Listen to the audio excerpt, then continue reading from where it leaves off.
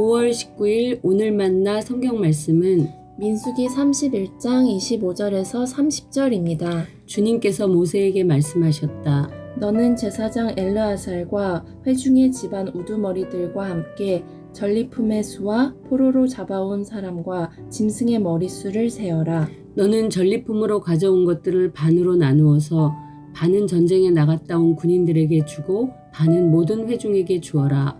전쟁에 나갔다 온 사람들에게서는 나 주에게 바칠 세금 몫을 떼어내어라.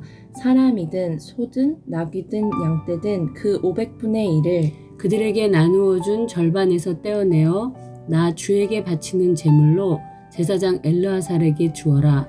이스라엘 자손에게 나누어 준 절반에서는 사람이든지 소든지 나귀든지 양이든지 그 어떤 가축이든지 50분의 1을 떼어내어 주의 성막을 보살피는 레위 사람에게 주어라. 아멘. 오늘 만나러 만나주시는 하나님을 기대합니다. 출애굽 2세들은 하나님의 명령에 따라 요단강 동편의 미디안과 전쟁합니다. 하나님께서 명하신 전쟁은 성전이라고 합니다. 거룩한 전쟁입니다. 하나님의 명령에 순종하면 반드시 승리합니다. 하나님께서 함께 싸워주시기 때문입니다. 아니나 다를까 각 지파에서 1000명씩 차출된 총 1만 2천명의 군사들은 미디안을 쳐서 남자들을 모조리 죽일 수 있었습니다. 군인뿐만 아니라 미디안 5부족의 왕들도 죽였습니다. 이스라엘로 하여금 바알 부올의 음행에 빠뜨리게 한 이방 주술가 발람과 미디안 여자들도 죽였습니다. 이제 하나님께서는 전쟁에서 탈취하고 노략한 전리품들을 분배하기 위해 모세에게 말씀하십니다. 분배할 것들은 살아있는 짐승들은 물론 남자와 동침하지 않은 여자도 포함되었습니다. 하나님께서는 목숨 걸고 참전한 군인들에게 전리품의 절반을 먼저 배려해 주십니다. 나머지 절반은 차출되지 않았던 일반 백성들에게 나누도록 하셨습니다. 귀중한 메시지가 담겨 있습니다. 세상에서는 수고한 만큼 받는 차등 분배가 공정이고 상식입니다. 하지만 이스라엘은 이 전쟁의 승리가 하나님께서 내려주신 은혜의 선물이라고 고백합니다. 그렇다면 목숨 걸고 싸웠다는 이유로 자신들만 전리품을 차지하겠다고 주장할 수 없는 것입니다. 모두 다 나누어 갖는 것이 하나님 나라의 공정이고 상식입니다. 이 분배 원칙은 후일에 다윗이 전리품을 나눌 때도 적용되었습니다.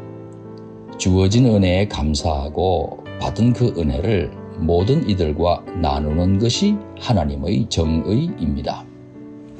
하나님께 드리는 감사는 구체적이어야 했습니다. 참전 용사들이나 일반 백성들이 분배받은 전리품 가운데서 그 일부를 여호와께 바쳐야 했습니다. 이는 제사장이나 레위인의 몫이 됩니다.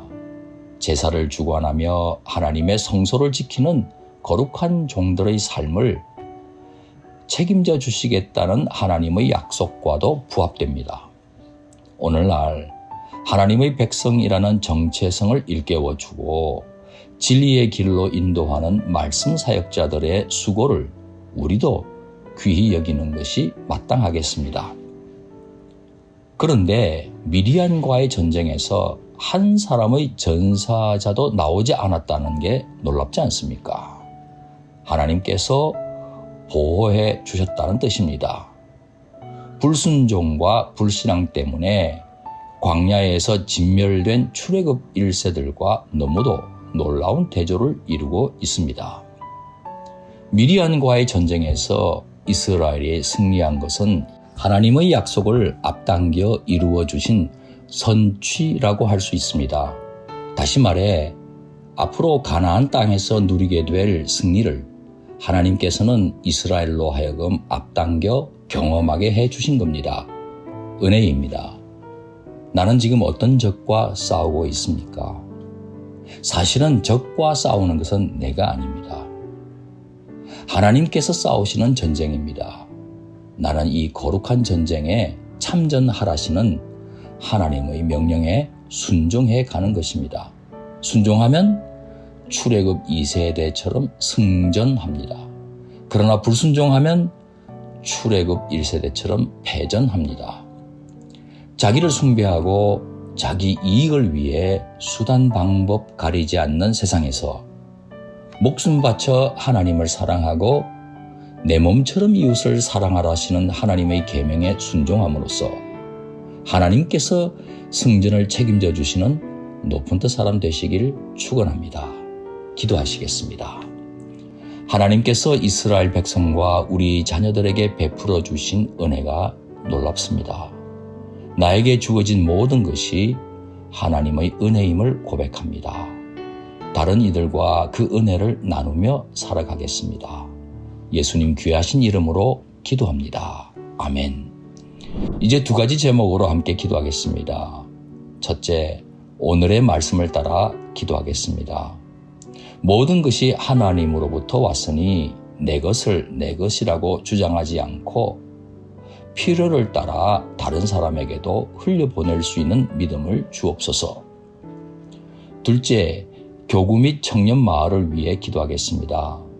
교회 내 작은 모임의 구성원들이 받은 은혜를 서로 나누며 가족 같은 공동체를 이루게 하옵소서. 이 제목으로 기도하신 후에 개인 기도 하시겠습니다.